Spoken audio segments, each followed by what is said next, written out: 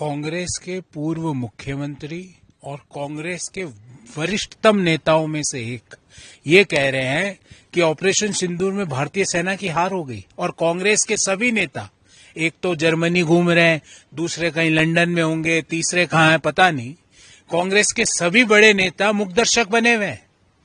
भारतीय सेना का अपमान कांग्रेस का वरिष्ठ नेता करता है और कांग्रेस का तथाकथित आला कमान मुखदर्शक बने हुए बैठा हुआ है। इसका मतलब उनकी मौन स्वीकृति है। देश के लोग कांग्रेस को इस पाप के लिए कभी माफ नहीं करेंगे। भारतीय सेना का अपमान करना कांग्रेस पार्टी बंद करें। कहां तक गिरोगे? जो वीर सैनिक अपना सर्वस्व देश के लिए न्यौछावर करते हैं, आप उनके लिए अपमान के शब्द बोलते हो।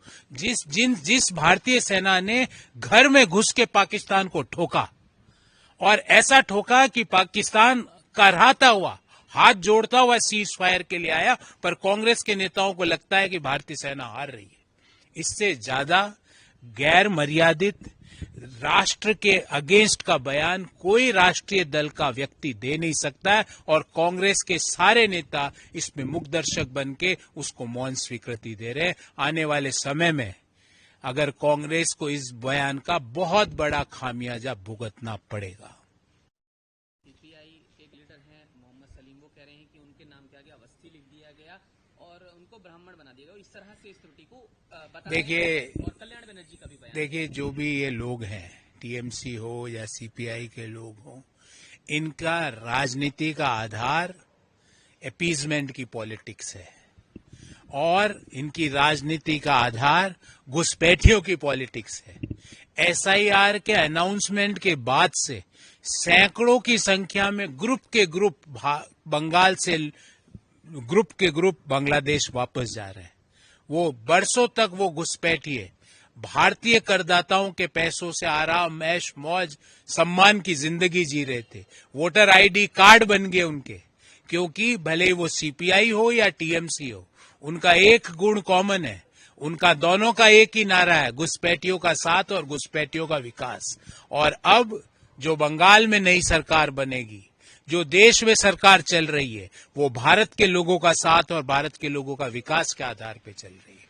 तो भले ही वो कल्याण बनर्जी साहब हो या सीपीआई के नेता हो, वो सिर्फ घुसपैठियों के प्रवक्ता बने हुए देश में, एक दिल्ली में एक कलकत्ता में घूम रहे हैं। पर अब घुसपैठियों की सरकार नहीं चलेगी, अब बंगाल के लोगों की सरकार पश्चिम बंगाल में बनेगी। सर, ई सिगरेट जो पर अब एक कीर्ति आजाद का वीडियो भी शेयर किया गया है। देखिए, संसद परिसर में टीएमसी के एक नेता और एमपी खुलेआम लोगों के सामने, दूसरे एमपीओं के सामने, दूसरे जो प्रेस के हमारे मित्र हैं उनके सामने ई सिगरेट पी रहे।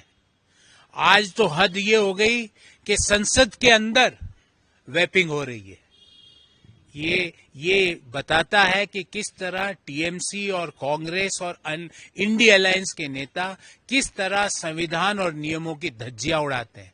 जब संसद जैसे पवित्र स्थान पे, जो हमारे लिए लोकतंत्र का मंदिर है, उस मंदिर के अंदर एक सांसद बैठ के वेपिंग करता हुआ पाया जाता है, एक सांसद उस मंदिर के द्वार पर पत्रकारों के सामने ई सिगरेट का धुआं छोड़ता हुआ दिखता है।